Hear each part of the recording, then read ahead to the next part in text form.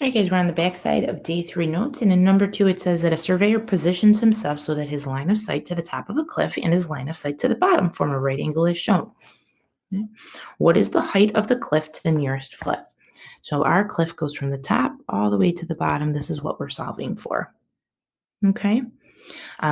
If you take a look, this is actually our hypotenuse. And in our proportion that we know, pigs are awesome pets, it doesn't use the length of the hypotenuse. So what we're not going to do is we're not going to find x just yet. Instead, what we're going to do is we're going to realize that the only part of that hypotenuse that we need to find is this blue piece right here. So I'm going to call it not x, but I'm going to call it y just so I don't get confused with x. Okay? I don't want two x's representing two different things, and then I'll be confused with what I'm solving for. So I'm going to call that my variable right now, and that's what I'll be solving for because this is projection, and I'm going to call that 2. Okay? I'm going to call this one projection 1. Okay, and you can see that that 28 in there is my altitude. And so I have all my pieces that I'm ready to go ahead and plug in. So this is pigs are awesome pets. Okay? Don't forget the p's are 1 and 1 is 2. All right, and here we go. So our first projection is going to be 5.5 over our altitude, which is 28, equal to our altitude of 28 over our second projection, which we don't know. Okay? We'll go ahead and cross multiply. So we have y times 5.5, which is 5.5y, equal to 28 times 28, which is 784. Go ahead and divide by 5.5. And y comes out to equal 142.54, ... Okay, that's what our projection 2 is. This is projection 2. All right, remember that we wanted to find the height of the cliff, which is representing the hypotenuse, which is representing my x there. And so all we have to do is we have to take our projection 2 and add it to our projection 1, and we'll end up with our length of our hypotenuse. So we have to go ahead and take projection 2 and add our 5.5 to it. And we should do this before we round so we get an exact answer at the end. When we add that, we end up with x equals 148.045, ... Okay? And if we look up at the rounding directions, they said nearest foot, which is the 8 spot. Look next door. It's not going to change it. And so we're going to say that it equals 148 feet. Okay. All right, let's take a look at number 3. It says if the ratio of the lengths of the segments on the hypotenuse is 1 to 9.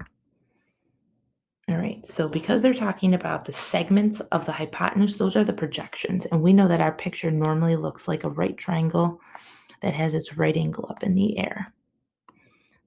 The altitude has been drawn in, okay? And these are the segments on the hypotenuse because this whole side here is the hypotenuse. Okay?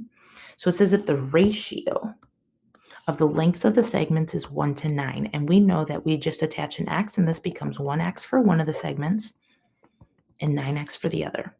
Okay, and then the length of the altitude is 6. Okay, so remember that this is our altitude, that this here, with this 1x is representing our projection 1, and this 9x here is representing our projection 2. Okay, and they want us to find the lengths of the two segments, so we have to solve for x. So we're going to go ahead and say it, all right, because we have that altitude, we got pigs are awesome pets. One's a 1, one's a 2. Okay, one of our projections is 1x. Our altitude is 6, same altitude of 6, and a projection 2 of 9x. And now we can go ahead and cross multiply. Okay, be careful on this cross. 1x times 9x is 9x squared, equal to 6 times 6, which is 36.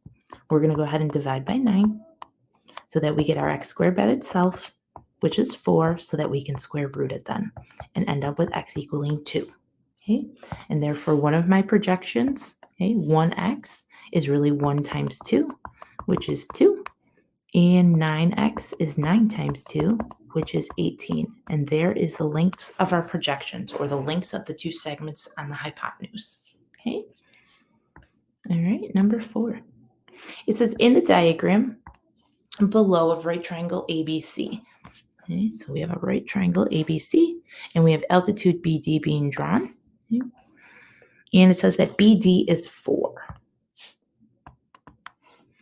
And that's our altitude. And AD is x minus 6. And this is our projection 1.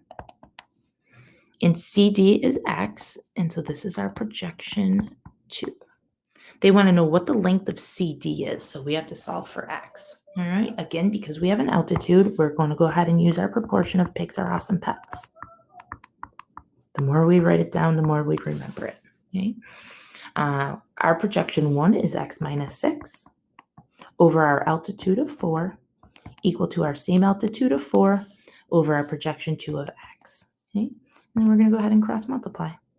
Be careful on that cross. It's x times x and x times negative 6. Okay. So x times x is x squared. X times negative 6 is negative 6x equal to 4 times 4, which is 16. Okay. We can see that this is going to become a trinomial. So we're going to have to factor, and we're going to have to get equal to 0. So the 16 is going to come over and becomes negative. Okay. We'll set up our x box. Our multiply is negative 16, and our add is negative 6. Okay. The two numbers that will do the job, let's see, 16. Can't use 4 and 4. We can use 8 and 2, though. And we're going to have to make the 8 negative so that we get our add to be negative 6. And when we multiply, we get the negative 16. So it works in both. And so we can go right to our factors now. And we'll have x minus 8 and x plus 2. And we are equal to 0. So a t-chart, and x comes out to equal positive 8. X comes out to equal negative 2. All right. Obviously, we can't have a projection having a negative 2 length. And so this one gets rejected. Okay. But x can equal 8. And when x equals 8, that means that CD has a length of 8. And that's what they wanted to know. Okay. All right, let's take a look at number 5. It says, in the company diagram shows part of the architectural plans for a structural support of a building. Plan, PLAN, is a rectangle. And AS is perpendicular to LN. All right, so here's what happens. Because this is a rectangle, we know that this angle up at A is a right angle. In fact, all the angles at L, N, and P are also right angles, but this is the one we care about. Because they said AS is perpendicular to LN, that means our right angles are down here, and hopefully you guys see that this is that picture we've been using with the right triangle with the altitude drawn to the hypotenuse. Okay, we can kind of ignore the rest of the picture over here. They said, which equation can be used to find the length of AS? Well, AS is my altitude. And that makes this projection 1 and this projection 2. And we'll use our formula. Pigs are awesome pets. And this is a 1 and this is a 2. Okay, so let's go ahead and plug in. So our projection 1 has no numbers on it, so we have to use the name of the segment that represents projection 1, which is LS. Over my altitude, which again, we have to use, if you look at all your choices, the name of the segment, which is AS, equal to the same altitude, which is AS, over our other projection, which is SN. And now we have to take a look and see which one matches. So the first thing I'm going to look for is what choice has two AS's diagonal from each other. And in number 1, I only have one AS, so it can't be it. In number 2, I have two AS's, but they're not diagonal from each other. In number 3, I have two AS's that are diagonal. And in number 4, I only have one. So I'm going to go with choice 3. And that does match exactly if I check the rest of it. Okay. All right, let's take a look at number 6.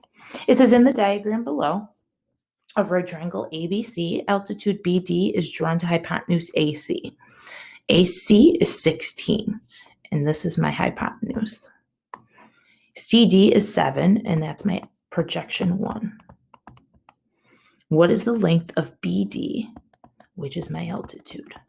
And so again, because we're using altitude, we're using pigs are awesome pets. Just remember, this is a 1 and this is a 2. Okay? All right, so projection 1, we'll go ahead and put in a 7. Our altitude is what we're solving for, which is x. Altitude, x. Projection 2. We have to do a little math here. Okay, we don't have our projection 2, but we do know that the whole hypotenuse is 16.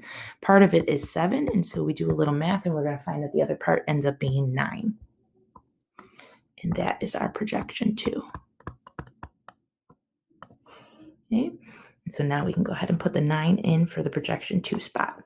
We'll go ahead and cross multiply. X times x is x squared, equal to 7 times 9, which is 63. Take the square root of both sides.